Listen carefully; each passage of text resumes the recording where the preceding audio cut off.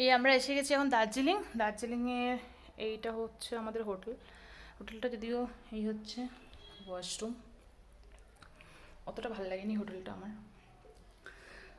এই হচ্ছে ওয়াশরুমটা, খুব নিট অ্যান্ড ক্লিন, ভালো না লাগারও কিছু নেই, একদমই এই যে খুব নিট অ্যান্ড ক্লিন। অ্যামাউন্টও রিজনেবল, খুব নিট অ্যান্ড ক্লিন আছে। এই হচ্ছে আসলে আমরা এখন যেসব জায়গা থেকে দেখে এসেছি না, তারপরে এটা ক্লামজি লাগছে, এটা ব্যাপার। এমনি সব কিছু ফ্যাসিলিটি আছে এখানে, ইলেকট্রিক কেটেল আছে, এখানে জল আছে, চা, কফি সব কিছুই আমাদের এখানে দিয়েছে। এখানে বড় আয়না, এখানে একটা ওয়ার্ড্রপ, বাট একটু পুরনো মনে হচ্ছে হোটেলটা। টিভি আছে, এই হচ্ছে কার্টেনগুলো, লং কার্টেন, এর পেছনে একটা, এই কিন্তু ভিউটা মানে কি বলবো, একদমই বাজে।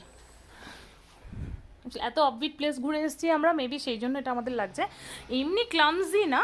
এই হচ্ছে বেড, একটা বড় বেড আছে, এই যে দুজন মানে হাজব্যান্ড একটা বাচ্চাও শুয়ে যেতে পারবে। এই একটা বড় বেড, এই আরেকটা এখানে জানলা, এখানে হ্যাঁ দুটো বেড সাইড টেবিল আছে দুদিকে। আর এই হচ্ছে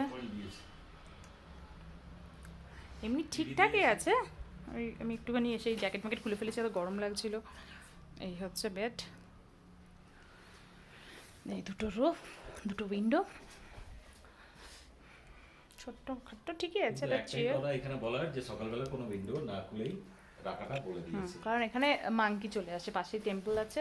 আর এখানে প্রচন্ড মাংকি আছে। মাংকিগুলো দুমদাম করে ঘরের ভেতরে ঢুকে যায়, যা খাওয়া দাওয়া থাকে হয়তো জিনিসপত্র নিয়ে চলে যেতে পারে। তাই একটু আপাতত কোনো মশা আমি দেখতে পাচ্ছি না, ওই শুধু তাড়িয়ে যাওয়ার একটা কিছু একটা করে যাচ্ছে, অভ্যেসের দাস তো। হ্যাঁ, তো কিছু করার নেই।